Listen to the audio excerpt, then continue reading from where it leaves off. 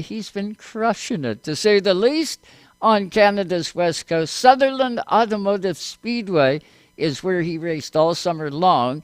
And then, of course, we've seen him in NASCAR Canada, not only out there, like out west, but we also surfaced at Mono Me in NASCAR Canada to finish that season off. And we tried to get him last week, and it was impossible. They didn't have cell service and Zoom service where he was. So we put it off until tonight. The good news is Mathew Shirley is with us tonight, and we got him crystal clear. What's going on there, Matt? How are you? Finally relaxing, Joe. Thanks for the great intro there. That's a great summary of basically our entire season. We were crushing it, and yeah, it was busy. Yeah, I would say a real busy season. You even Yeah. took one in at Penticton Speedway, right? You went and did the 300 again this year. Yeah, no, that's been something that the Seabirds out there and what they've been doing up in Ticton's been awesome. So when you see that kind of resources get put into a racetrack and the ups and downs that they've been going through whenever they're putting on a big event, you definitely want to put it in our schedule. And I kudos to the tracks for working together because they put our Bridge City 200, our big 10,000 to win race, 2 weeks before theirs. Everyone had the local racing off, so we basically had two large late model events in BC and Saskatoon for the month of August, so everyone could focus on that. And it was truly a great event, both sides of it. I know weather was something that we struggled with all year, and with obviously with the NASCAR Canada series, and then as well locally out there too. It's great for the farmers. I mean, it was wet, so hopefully the everyone's crops came in good. Yeah. Let's hope our farmers did real good. Yeah, Lord knows that these tariffs are driving the rest of the country insane, and it yeah, would be nice to see that all get settled and taken care of. But I guess it's got to be one step at a time, yeah, yeah, especially when we're working with what we're working with. So, Matthew, let's talk about the championship, shall we? Let's start yeah. there. Uh, Saskatoon, a tough racetrack. You've got crafty veterans that you race against each and every time you pull the super laid out. You got Trent Seidel and you've got Gaunt. You've got, yeah, the list is long. To champion amongst those guys is really saying something. How did your season go? Was it based on consistency, or did you do this one based on wins? This one was all the consistency. It was, we came out, we won the first heat race of the year. And then after that, it was basically just the way Saskatoon works is that they always go fast cars to the back. So the way your features are based off of, it's inverted qualifying for the first race. Then after that, it's your inverted average feature finish.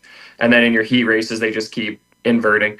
So it was and when you say like the competition that we have, Chantel Kalika, who used to be a NASCAR driver herself, very established. She's joined the late model. She went down to the Montana 200 this year as well. She has two cars, so she's a great staple to the division. And then we got Jim Gahn, like you said, who's the two-time defending champ. He tied with Chantel last year. And we got Jared Redekop, who's probably one of the most, like he was in late models before I was. He's an absolute staple out there, and their team is they always come out with speed. He had some mechanical issues this year, which gave us an edge on him. And then we got the Howletts as well too. Rob's son Sam they had a new Pathfinder a couple of years ago, and they've been just tuning that thing up more and more. And then we got, like you said, Jim Gaunt, Tim Cameron, Dave Bowen, two other Wiley vets who've got their own championships and been racing 40 plus years. So it's quite remarkable when we were able to come home with the championship this year. We had a left-hander, like our one we won two championships with. Yeah. The only upgrade we could really do to the car was if we could get something a little bit lighter. So lucky for us, there was a newer left-hander that came available out in Washington. So we actually met the gentleman down in Glendive, Montana in the off season. We got an upgraded chassis. It was still used, but we put our shocks, our drivetrain, engine, everything into it. And that was the closest to a first race that we pushed it a little close. I'm not gonna lie to you, Joe. It's like I had my younger cousin Zach join the race team this year, and I told him, it's like, I know it kind of looks stressful, but it always comes together. You'll see it. It's magic. And then it's like 1 a.m. the night before the first race. We haven't practiced with it. We're still doing it up, or I have it on the scales, and I'm just like, yeah, Zach, it's not usually this close. I lied. Yeah, but no, I give the team. It was probably one of the highlights of the year was our first race, again, like we took all the measurements of where like suspension components were on this car, right? And we throw it into this other one, zero practice, and we hit the track the first day. Everything was tight, and the car had more raw speed than we've had in our previous car. So I give our team 100% credit. That was a championship move in the first race day of the year, and little did we know that we needed every point that we could get, because it was a long season with a lot of adversity, and we kept moving to the front, and that was the biggest thing. We got snake bitten a couple times. We almost had the 150, got used up a little bit in that one, finished second. And then we also in the 200 we had a real fast car, and we just had some radio issues at the beginning of that race. Fell back, regained ourselves. My younger brother Connor was spotting for me that race. Got it figured out. He did a great job. We moved our way and got back up to second. And in Penticton, and we had in Penticton we had a radio die on my regular spotter Brooks on lap 2. I thought my cord came unplugged, Joe. And then it's like we go fall back, and all of a sudden I hear Dad pop up on the radio. I'm like, well, I'm still hooked up. He then swatched his radios out. He must have had just a dud battery, even though it said it was charged. And then we worked our way back up to fourth in that race, which was awesome. And we ran the fastest lap in the last 25 laps on that green, white, checkered finish, essentially. That's at cool. the very end, so that was awesome. So the new car worked good, not only at Sutherland, but it worked good at Penticton too. Yes, it's got speed. We're excited. There's some things we want to do in the off season just to tidy it up. I've always struggled with a push in our car in the middle of the corner, the old one. This one's got a little bit of a loose, which is nice as a driver. You can drive loose to an extent, but then on those long runs when that back end's coming out, I remember there was one race I came to Dad. I'm like, okay, the car turns, but I don't think it's good if I'm turning right more than I am left, and we're only turning left. Yeah. Little hard on the tires, sliding them like that all the time, right? Yeah, that's exactly right. So is it safe to say, Matt, you'll go back and defend in 2026? Is that the whole plan right now? We have to assess. There's been a lot of exciting, like we've been really blessed, like you said, with the tariffs and everything. We got a chance to do 3 NASCAR races this year, and we have a great sponsor in Chrushin Hard Iced Tea, and we're kind of tagged into them on a local talent going on a national level more when they expand their business. So there's some things that they're dealing with, but the idea is that we want to try to get out there more in the areas that they're racing in or that they're promoting their product in. So Quebec was a really cool one to go to because they have a lot more availability to get a product out from Saskatchewan. Ontario is actually the one that there's some more stuff behind the scenes that they have to do some more political stuff to try to get the borders opened up per se. But that's besides the point. We want to try to do more, but we have to see just what the off season brings. I know right now they're really promoting more in Alberta. So we have to see. There's not really a late model scene out in Alberta right now, but we have a lot of late model supports like with the Admirals, Grant Brown, Grant Edwards. Like there's a lot of late model potential out there. Right. But we have to wait to see what kind of how the schedules all pan out, because I've heard stuff with NASCAR as well, where what they're going to be looking like next year. And yeah, there's a lot of these next couple of months are going to be interesting to see, that's for sure. Yeah, it would be kind of cool with all the tariff stuff that we've heard this in the media, right, where they're talking about interprovincial trade. Yeah. They've got to loosen the regulations so that can happen. What do you say we trade amongst ourselves before we worry about the U.S.? That only makes sense. So hopefully, like Ford and everybody else gets their poop in a group and gets this stuff flying. Well, and I have to say, like for motorsports, I mean, the NASCAR Canada series, I know when they came out west, people talked about the car counts and such, and it's a dagger to the hearts of not just the racers and the fans, but I know NASCAR takes that personally too, and everyone wants to put on a good event. So I'm curious to see. I think there's a lot of good people at the helm that are going to be able to try to combat these issues. And I just want to thank again DJ Kennington for like all that he's done for the sport and us to be associated with him bringing in Ryan Vargas this year too and doing what he did with us. Like it's awesome. I firmly believe when we went to Monomi and just being a part of that whole experience, you see the local Quebec drivers that are jumping into it. Guys like William Lur, I think, is one of them, right? Some of these guys are they're incredible. And Connor Bell that won the race at Calabogie, like every time you go to a NASCAR race, the top talent gets put into these events for a reason. and it's incredible to race door to door with those guys. Oh, it's amazing. Amazing to say the least. And now let's talk about that NASCAR Canada thing, because you did a really good job, be it Edmonton, be it Saskatoon. Mono Me didn't go the way you wanted it to. Yeah. Something happened there. And what was it? Was it radio issues there? Electrical radios, a little bit of like the car mechanically wise was working pretty good. We had in the first half of the race, I got up to 15th, which that was great. Kind of got a really good pace and good understanding of the track. And we were just having, when I talk about radio issues, there's radio issues that you can manage, and then there's radio issues that become an issue. When you get a static, like it come up every now and then, and if you're racing and you hear the spotter saying, hey, leaders we went 125 laps green. Yeah. And we at that time only like half the field went a lap down. Like the competition was really tight. But when you got the leaders say 5 back, 4, and it pauses out, and you got to check your mirror, and then it comes back. That's the kind of stuff as a driver. It's for myself hopping in 2-3 times in a year in a car that's it's mechanically good. It's fast. Right. You feel comfortable that way. But when you're at the level against those guys, and you have that little part, that hesitation, it's gonna get exposed. Yeah. You're gonna be exposed. Well, you can tear one up real quick when you're doing that, right? And we all know there's a lot of money invested into local racing, let alone the NASCAR Canada series. And when they started going to this, so I had that issue in the first half. We held our own. Our pace wasn't as good because sometimes I know I was using Larry Jackson as kind of my benchmark for that race, and we were able to kind of slowly catch up to him. And then when we got kind of shuffled, when there was some traffic going on and I had to be conservative, we lost it. And at the halfway point, I came in, I was like, car is honestly balanced great, guys. Like, just give me 2 tires, just give me some clear radio communications.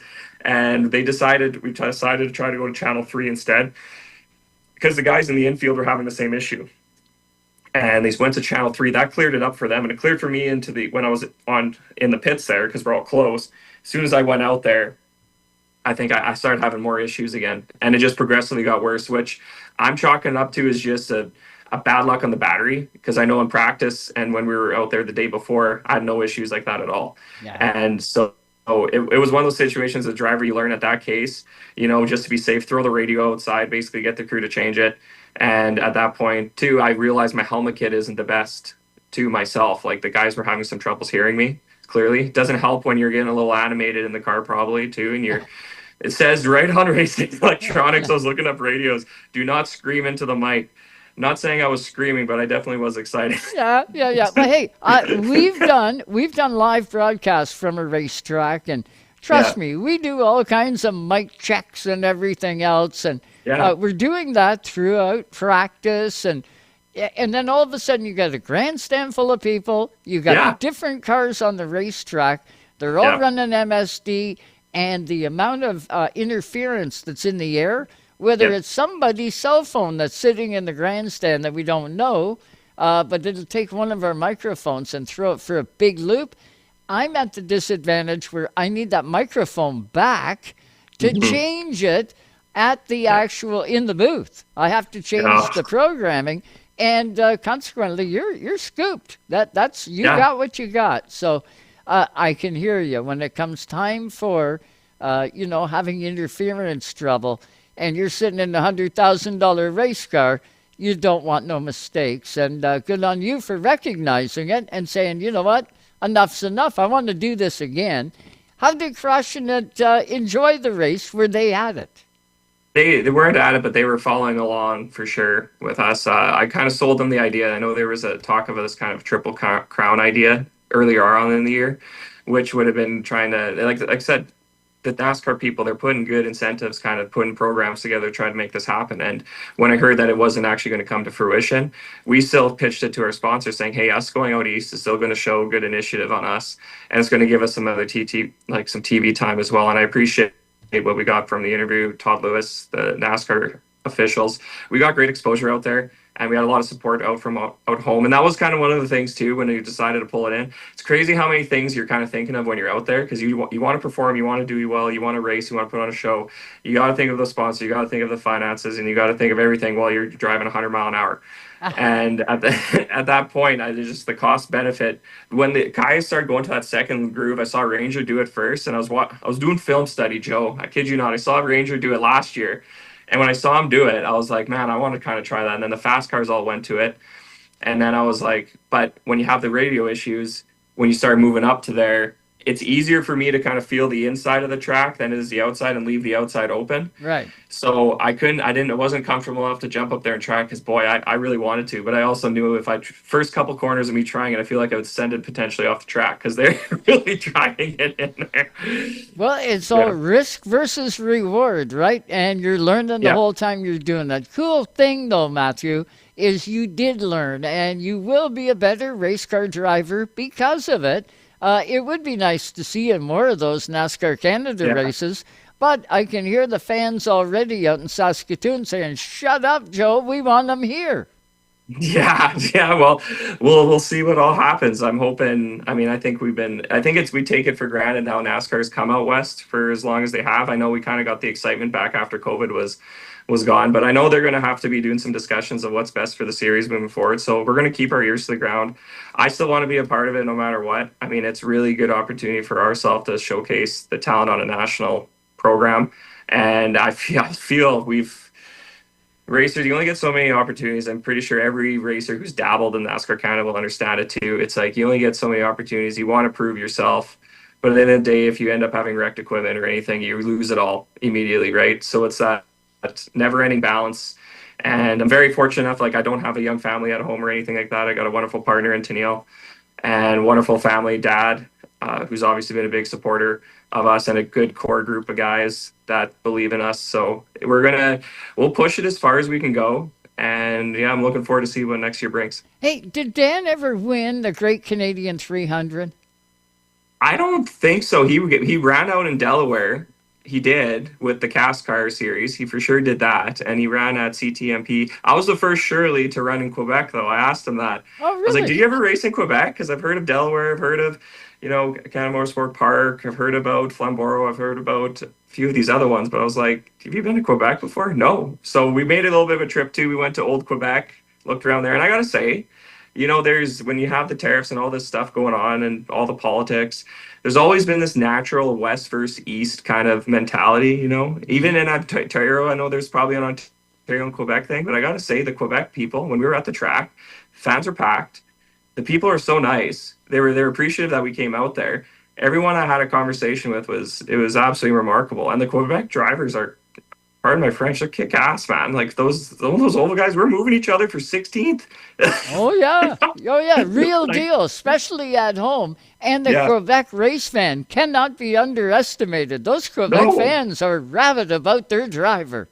I do. So I tip my hat to Autodrome Montmagny and everyone out there that put that program on. That was cool. And the facility is really sweet too. The road course that goes into the oval with the drag strip.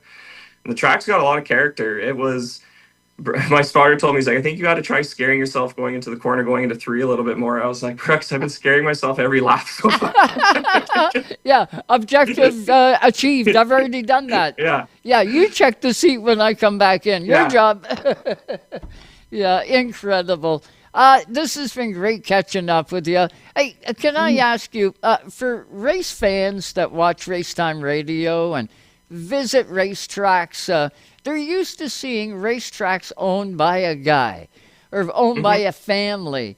And that's the way that 99% of racetracks operate. You got a family or you got a guy and he does it. It's different at Sutherland Automotive Speedway.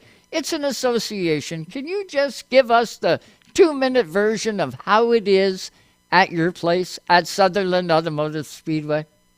Yeah, so being a volunteer-run organization, they've been part of it ever since the track was back on 8th Street, and they've went to basically 3 different facilities since. Basically, we have you have a board of directors with juniors as well a president that helps run everything with 2 VPs. It's when I say it's volunteer run, like these guys, the top people who are making the decisions have 8 to 5 jobs, and everyone's put in the time outside of regular work hours to go out to the track and help out.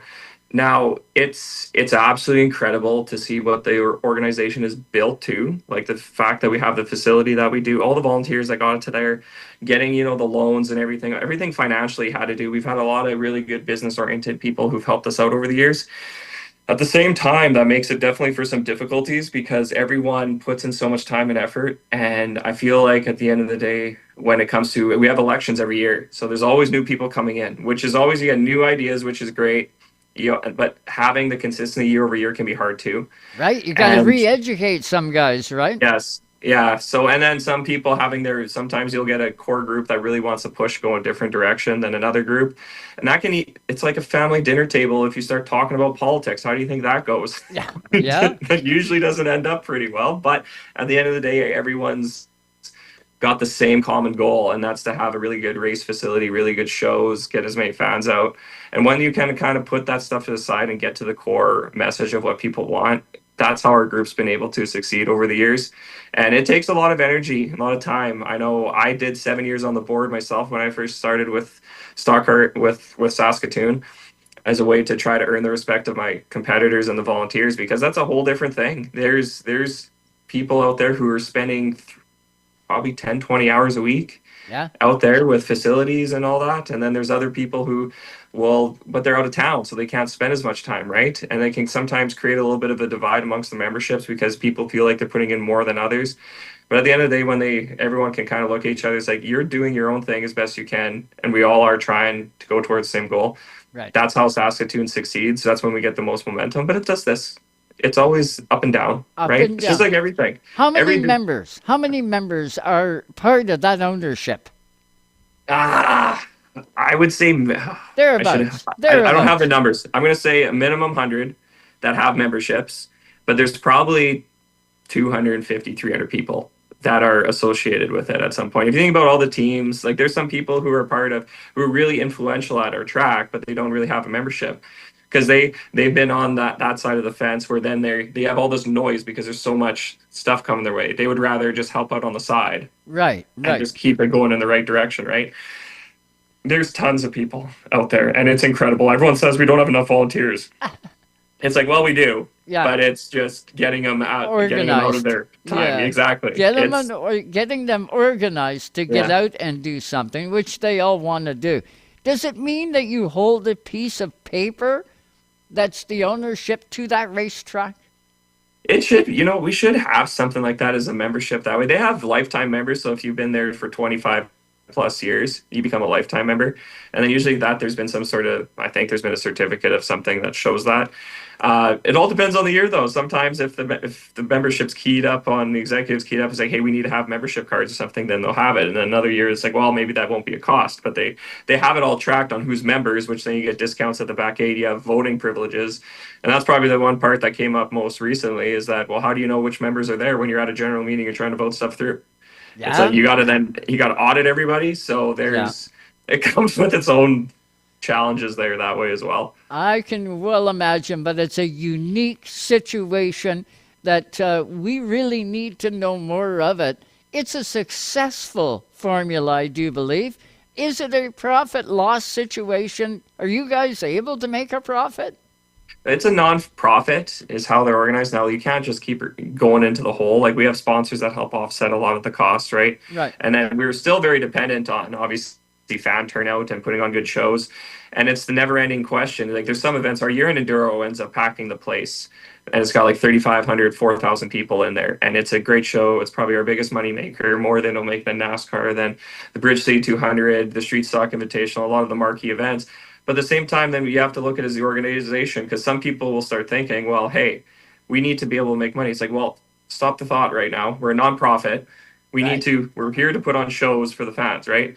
And there's different versions. There's your enduros, there's your NASCAR races, there's your Street Stock Invitational, which was, I think, one of the marquee events of this year by far. They had a bunch of dirt cars that showed up, and they were actually pretty competitive. They did good. That's good. They had almost 30 cars, and they put on an absolute great event. So it all comes down to how's the best way you can make motorsport go forward. Sometimes we lose sight of that, myself included, every now and then, because you want what you got going, obviously, to be very successful. But it's a really cool. It can get frustrating, but it's a really cool program at the end of the day. Matthew, we've thoroughly enjoyed the time with you once again on Racetime Radio. We always do. You're a wealth of information. You're a hell of a race car driver. And good on you for champion in the super late model out in Saskatoon. And good on you for doing your NASCAR Canada. Hopefully we get to see more of that in 2026. What do you say we get you back on here through the off season and we pick away at it and find out just exactly what we're going to be looking at for 26? Sound like a plan?